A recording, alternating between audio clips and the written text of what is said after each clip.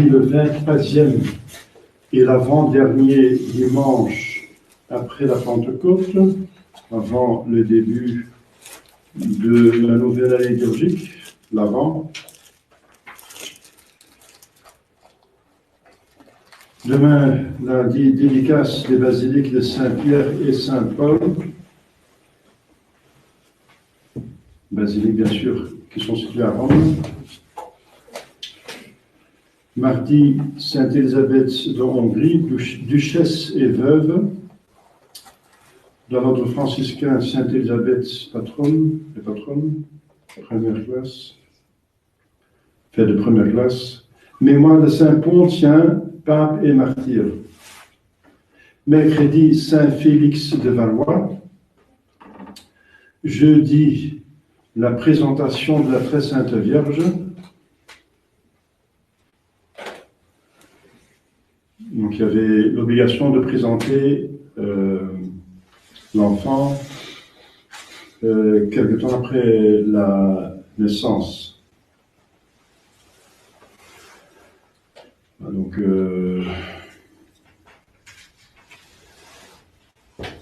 on est quelque temps après la naissance de la Sainte Vierge et le symbole de Marie.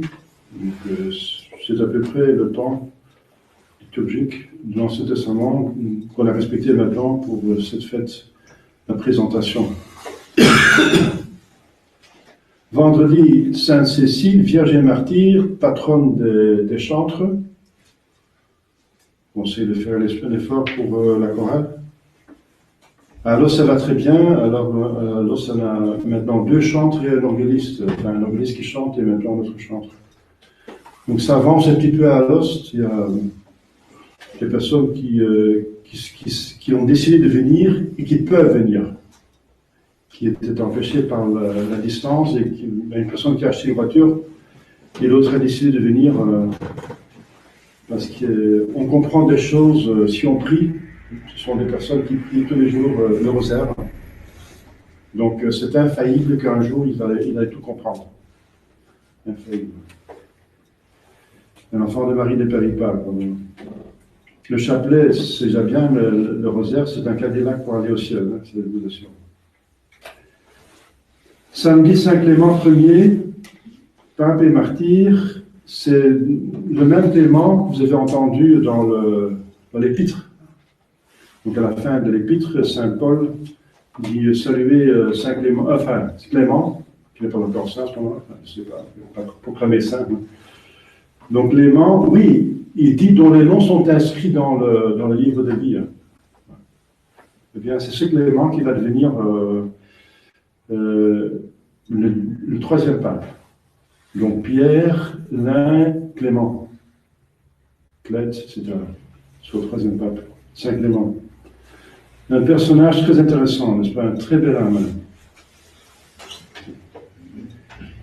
Dimanche prochain, 24e dimanche après la Pentecôte, et le dernier en même temps dimanche de l'année liturgique.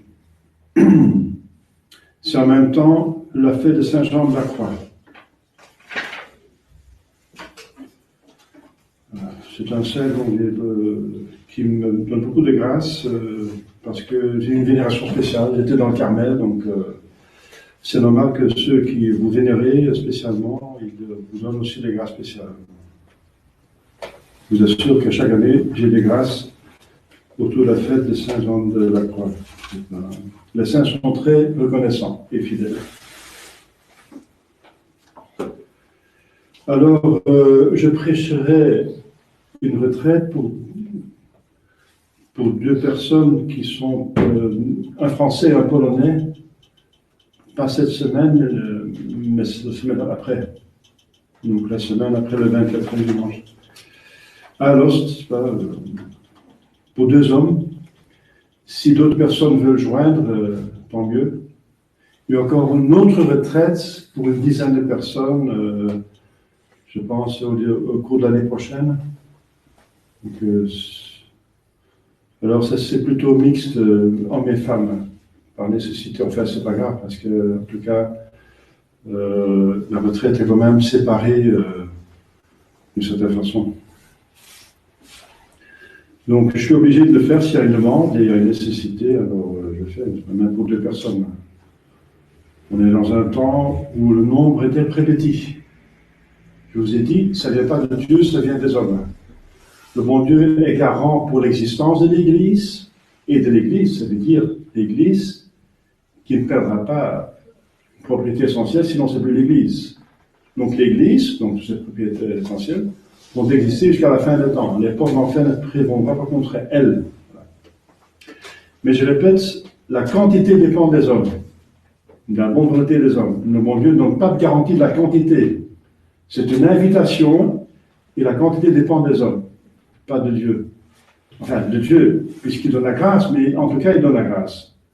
Donc, puisqu'il donne la grâce à tout le monde a la grâce suffisante, le nombre dépend uniquement de la bonne volonté des hommes.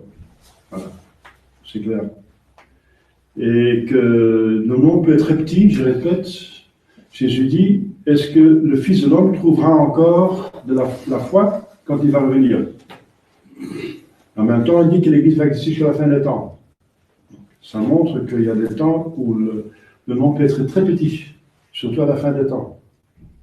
Eh bien, je constate la chose. J'ai du mal à trouver des confrères qui fonctionnent convenablement. Il ne s'agit pas de petites choses. Les fidèles ont du mal apparemment aussi à venir en nombre. Et les évêques, c'est le même problème. Le pape on l'a pas. Et pour trouver un bon évêque, il faut y aller. Monseigneur Ramola m'a dit, je ne connais pas de bons évêques. Je ne connais pas. Alors, moi je cherche toujours, en tout cas, il y a un Monseigneur Ramola, j'ai travaillé avec Monseigneur Morello. Je ne vais pas faire le commentaire sur Monseigneur Morello parce que c'est encore un des meilleurs, mais bon, j'ai quand même déçu sur plusieurs points. Donc, important, c'est pas subjectif, c'est toujours objectif. Voilà. Donc, on est dans cette situation de fait. On constate, il faut être réaliste.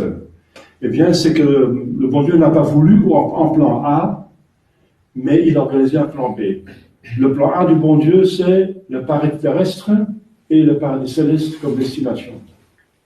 Et tout le reste, tous les problèmes viennent des hommes, du péché, et le bon Dieu a un plan B. Je veux dire, même malgré le péché, il y a encore toute l'organisation, l'économie théologique de la grâce de la rédemption, voilà, comme vous savez. Au nom du Père et du Fils et du Saint-Esprit, ainsi soit-il. Chers fidèles, on voit dans cet évangile 2 exemples de foi en Jésus-Christ. Et comme Jésus-Christ, il demande la foi, parce que par le péché contre la foi en Dieu, la corruption est entrée dans le monde. Adam et Ève ne croyaient pas Dieu. Ève croyait le serpent. Vous n'allez pas mourir si vous mangez de ce fruit. Dieu dit que vous allez mourir. Le serpent dit vous n'allez pas mourir, mais vous allez être comme lui. Donc c'est par péché contre la foi que tout le mal a commencé. Donc par un acte de foi et des actes de foi, il faut réparer.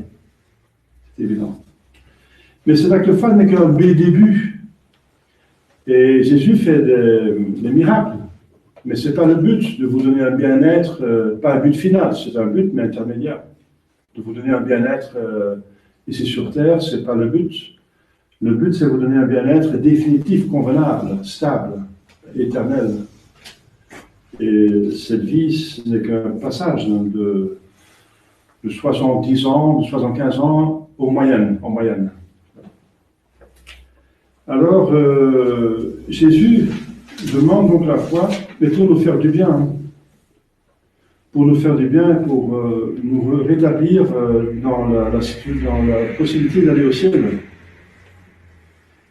Et donc en même temps, Jésus donc quand il donne la guérison, comme dans cette cet évangile, ce péricope, l'évangile, il ne donne pas seulement la guérison, mais même la résurrection. La fille de Jaïr, le chef de la synagogue de Capharnaüm, est défunte à Est. Elle est morte. Et Jésus ressuscite l'enfant, mais il va d'abord suivre le chef de la synagogue, qui l'invite de venir. Donc Jésus réagit autrement, différemment par rapport aux personnes. Donc chaque personne reçoit un traitement individuel, approprié. Donc là, il ne va pas dire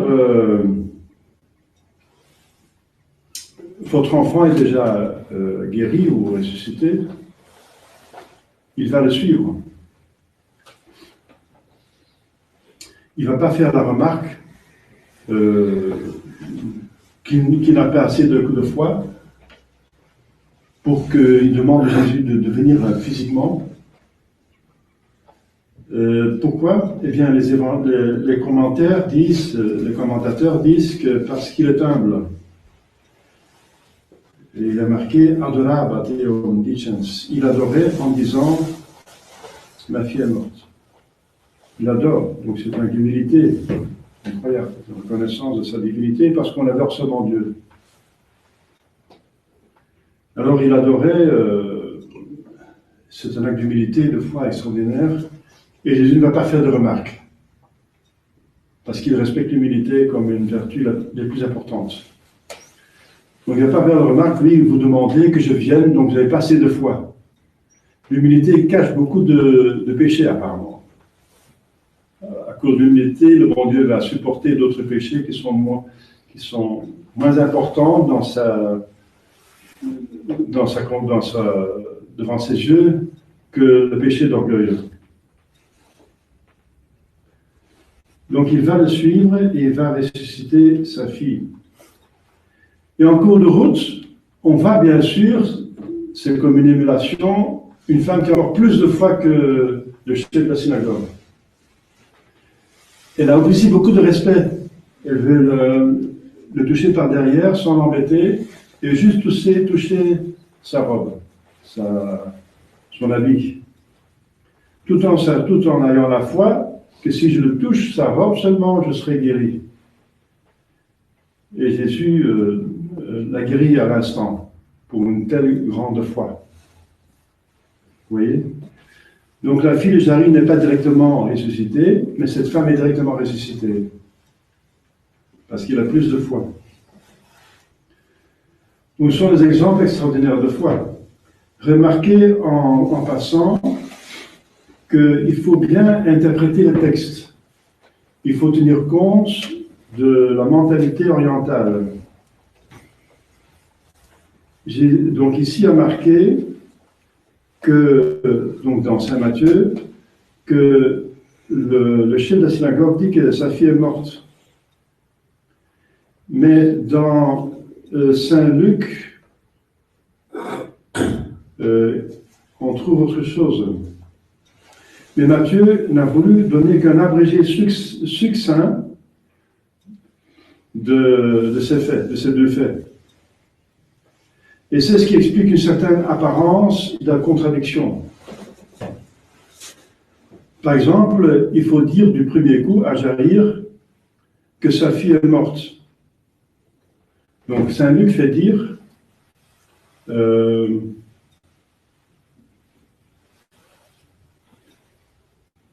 Saint Matthieu, ici, il fait dire qu'elle est morte.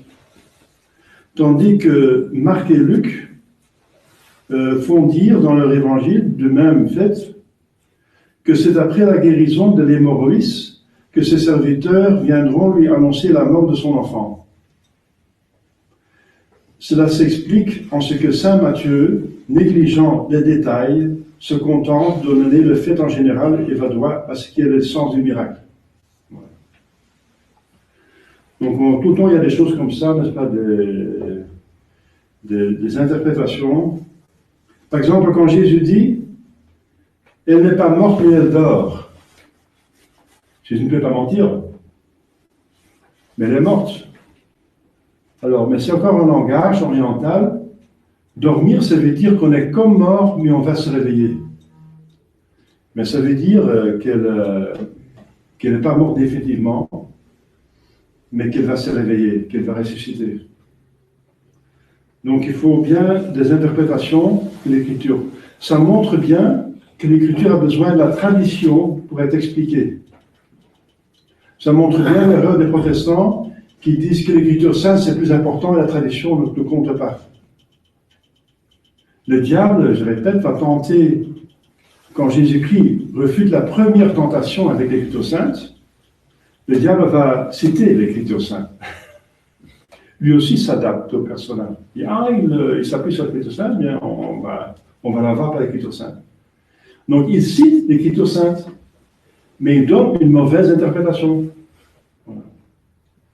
Donc c'est diabolique de ne pas comprendre l'Écriture sainte dans le sens de la tradition. Ici on voit clairement que Jésus ne peut pas mentir, il dit elle n'est pas morte, elle dort.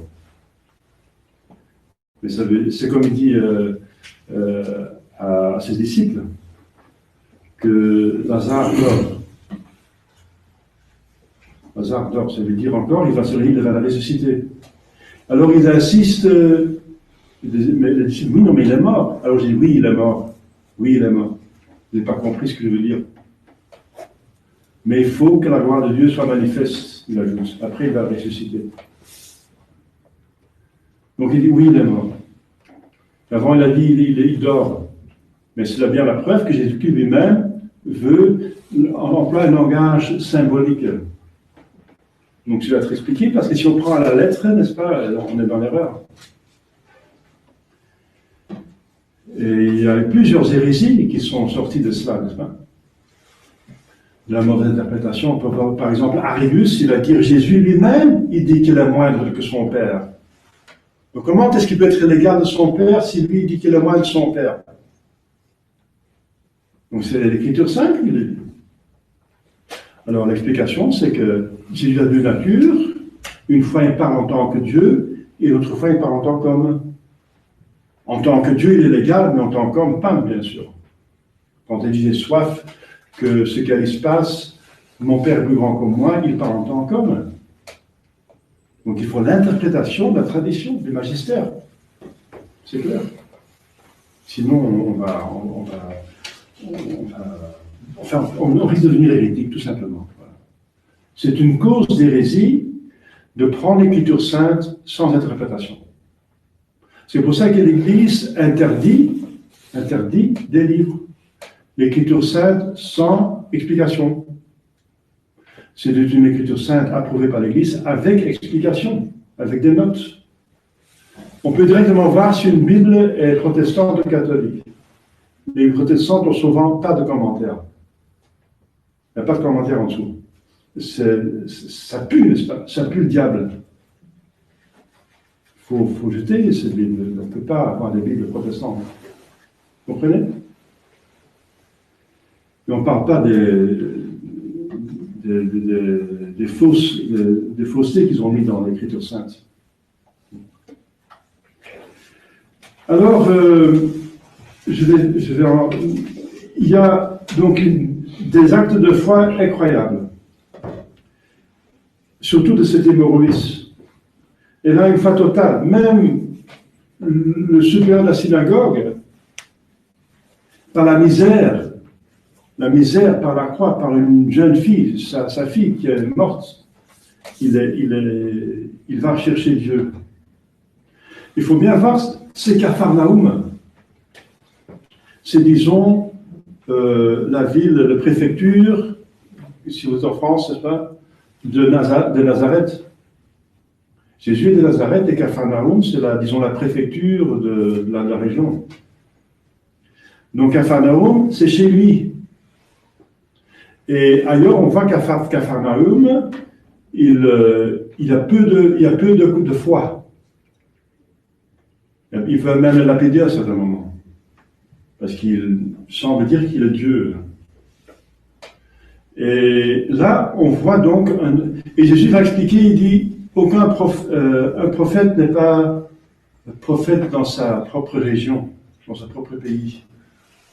Parce que les gens qui le connaissent de son enfance regardent trop son côté naturel humain. Il faut un acte de foi plus fort pour croire que quelqu'un est Dieu, n'est-ce pas? Que vous avez connu comme un petit enfant et comme un adolescent, comme un autre homme. Tout d'un coup, il dit qu'il est Dieu. Alors. Ça demande plus de foi que si vous le rencontrez pour la première fois. Et il fait des miracles pour prouver qu'il est Dieu. Ça demande plus de foi. Et alors, je vous dis ça parce que ça montre la grandeur, la force de la foi de cette supérieure de la synagogue, de chez elle de synagogue, de Capharnaüm, qui contre le courant, n'est-ce pas, contre les apparences, croit qu'il adore Jésus. Il adore. Et en plus, il est chef de synagogue, les positions peuvent causer l'orgueil, donc il a fait un acte de foi extraordinaire quand même. Et l'hémorroïde aussi, c'est très beau. Donc la foi, c'est comme une lumière, et en même temps elle est obscure. C'est curieux. C'est une lumière obscure. Comme l'ultraviolet, c'est la lumière noire, comme on dit, c'est la lumière qu'on n'aperçoit pas. Eh bien, c'est la même chose. C'est une lumière qui est tellement forte qu'elle dépasse notre perception. Dieu est tellement grand il est partout. Dieu est partout. Et il est intelligibilité. Et on ne le voit pas. Mais c'est parce qu'il est trop fort. C'est comme on ne peut pas regarder dans le soleil avec les yeux, on brûle les yeux. Donc la foi est une lumière parce qu'il nous informe d'une réalité et nous fait connaître. La lumière est symbole de moyen de connaissance. Par la lumière, on voit les choses par les yeux corporels. La lumière, c'est un moyen de connaissance. Et la lumière comme un symbole dans l'Écriture sainte de connaissance, de toutes sortes de connaissances. La lumière naturelle, la lumière surnaturelle, c'est-à-dire la lumière naturelle de l'intelligence humaine. La lumière surnaturelle, c'est la foi. Donc, si la foi, c'est une lumière, c'est un moyen de connaissance, comme vous savez, de connaissance de la réalité, que Dieu est trine. On sait par la foi uniquement. Parce que Jésus a dit baptisé au nom du Père et du Fils et du Saint-Esprit. Et mon Père et moi sont un. Et son Père est Dieu, bien sûr. Lui, il est le Fils, et il va envoyer le Consolateur. Donc, il parle du Saint-Esprit. Donc, ils sont trois. Et il va encore montrer que le Saint-Esprit est Dieu également. La foi est donc une lumière. Et elle est obscure parce qu'elle n'est pas claire comme la vision béatifique. On ne comprend pas. On sait, c'est comme la foi, toute foi est obscure. Quand quelqu'un me dit quelque chose que je n'ai pas vu par moi-même, et cette personne est crédible, je prends pour vérité. Donc je sais des choses, mais je ne l'ai pas vu par moi-même. Donc j'ai une connaissance moins forte, moins précise que je l'avais vu moi-même. Je le crois. Donc c'est une lumière, mais qui reste obscure quelque part. Et voilà. Pourquoi elle est obscure? Mais parce qu'on a péché par l'intelligence, et on doit réparer par l'intelligence. L'obscurité frustre l'intelligence. De ne pas comprendre, il doit quand même l'accepter, c'est frustrant pour l'intelligence qui n'est pas satisfaite par cela. L'intelligence est satisfaite quand elle comprend totalement. Alors elle est contente, elle est dans son repos. Mais aussi longtemps qu'elle n'a pas vu, compris totalement, elle est pas en repos. Elle est encore en attente de l'accomplissement. Eh bien, on a péché, comme j'ai dit au début, par la connaissance, en mangeant du fruit de la connaissance du bien et du mal. Donc, il faut être puni par une connaissance qu'il faut accepter par un acte de foi sans comprendre. Ou comprendre que c'est raisonnable, mais pas comprendre l'intimité des choses. En tout cas, ça nous dépasse. Hein. L'être de Dieu nous dépasse infiniment. Donc, et en tout cas, on aura la vision béatifique, mais c'est un don de Dieu. Dieu peut nous donner la connaissance de soi-même. ou un partage en tout cas. La connaissance totale de Dieu n'est pas possible pour une créature. Puisqu'il faut être Dieu pour comprendre Dieu totalement. Si on comprend Dieu totalement, on est comme le Fils. On est le Fils, on est un deuxième Fils. Il y a que 3 personnes dans la Sainte Trinité. Donc la foi reste obscure, mais n'empêche qu'on va faire quand même des efforts comme saint Thomas de comprendre autant que possible les vérités de la foi, autant que possible. C'est vénérer Dieu avec son intelligence, c'est l'aimer avec son intelligence. Il ne faut pas tomber dans l'erreur des protestants qui disent, voilà, en tout cas, on ne peut pas comprendre, donc l'intelligence n'est pas capable de comprendre des choses. C'est la, je ne vais pas dire le mot, que Luther utilise, donc c'est une femme publique, l'intelligence c'est la de l'homme. Donc c'est un blasphème de dire que la plus belle créature de Dieu, l'âme de l'homme qui est raisonnable, la raison humaine, une des plus belles créatures avec les anges, c'est n'importe quoi. Donc c'est un blasphème, c'est dénigrer le Créateur. C'est dire que le Créateur fait des choses qui sont inutiles. Donc croyez même contre votre intelligence, dit Luther. C'est pas catholique. Saint Anselme dit je crois pour mieux comprendre et je cherche à comprendre pour mieux croire. L'un aide l'autre. Ce sont deux lumières qui se renforcent. Il vient plus les deux de Dieu. La nature vient de Dieu par création, et la foi vient de Dieu par grâce, par adoption. Dieu est l'auteur des deux. Il n'y a pas de contradiction entre la science, la vraie science, et la foi. Au contraire, les grands scientifiques comme Kepler, les catholiques, quand ils ont vu, ils ont examiné la réalité, ils ont dit, mais c'est un ingénieur incroyable qui a fait tout ça. Infini, une puissance. Donc ça porte à croire plutôt. Le bon usage de l'intelligence. Donc la foi est une lumière qui nous donne des connaissances qu'on ne peut pas savoir autrement. C'est aussi un bouclier. Saint Paul en parle. Il dit, protégez-vous contre l'ennemi, le diable, avec le bouclier de la foi. Parce que le diable est un menteur. Il va vous essayer de faire croire autre chose que vous ne pouvez pas vérifier, parce que ce sont des choses de foi. Et il faut, contre cette erreur qui est hérétique, qui peut causer votre damnation, hein, c'est un péché mortel, l'hérésie. Donc il faut avoir le bouclier de la foi. Arrêter les attaques du diable avec un acte de foi. Dieu l'a révélé, c'est certain que Dieu a parlé, donc je rejette cette tentation. Résistez fortes in fide, résistez fortement dans la foi, dit Saint Pierre. Notre victoire de ce monde, c'est notre foi, dit Saint Paul. Et la foi, c'est un secours et une consolation. Dans les épreuves, dans les souffrances physiques et morales, perte d'un être chéri, de la fortune, des biens, de la santé, de la jeunesse qui passe, calomnie, contradiction, persécution, infidélité, trahison, découragement, désespoir, enfin tentation, désespoir. La foi nous sauve, nous console. C'est passager, c'est méritoire. Il y a un but, il y a un plus grand bien. La foi nous console, nous fortifie, et nous montre l'origine et le but de toutes les peines et l'épreuve de la vie. Elles viennent, pas directement de Dieu, elles viennent du péché, bien sûr, mais il y a un plan B de Dieu.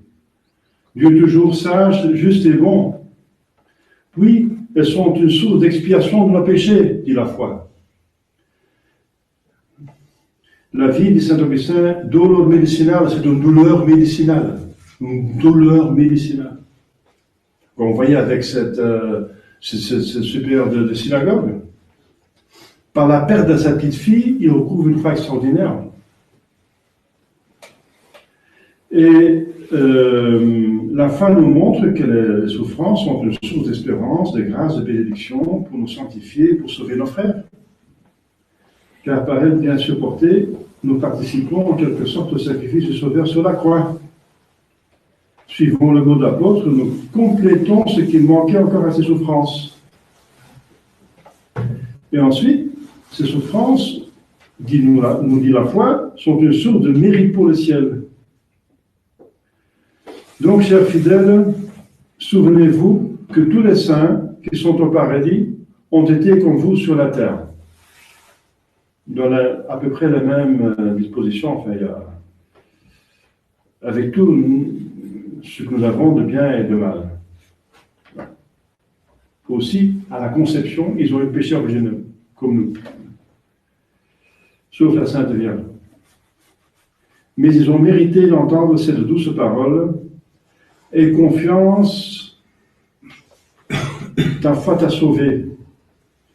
Imitons-les, regardons toutes choses, toujours, d'un point de vue de la foi. Bien sûr, notre intelligence, le bon sens, dit c'est comme ça, c'est bien ou c'est mal, c'est avantageux ou désavantageux, la situation est bonne ou mauvaise.